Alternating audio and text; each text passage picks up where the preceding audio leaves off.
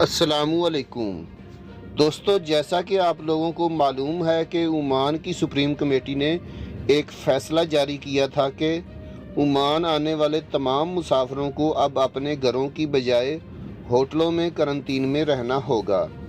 और इस हवाले से ओमान की सिविल एविएशन अथॉरिटी ने भी गाइडलाइंस जारी की थी।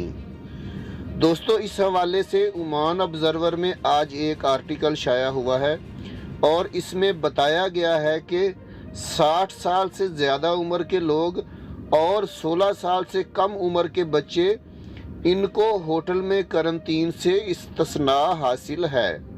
यानी 60 साल से ज़्यादा उम्र के बुज़ुर्ग और 16 साल से कम उम्र के बच्चे अपने घरों में ही करंटीन में रह सकते हैं। इसके अलावा उन मुसाफिरों के बारे में बताया गया है जो कि बीमार हैं।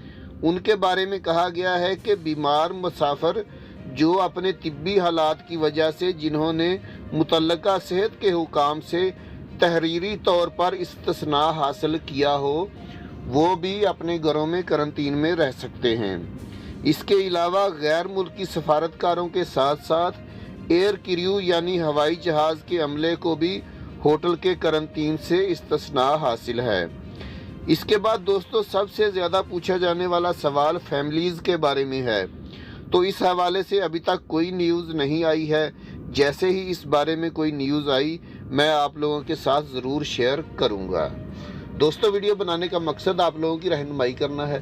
वीडियो अच्छी लगी तो लाइक करके चैनल को सब्सक्राइब ज़रूर कर दीजिएगा ताकि आने वाली इन्फॉर्मेटिव वीडियोज़ बर वक्त आपको मिल सकें।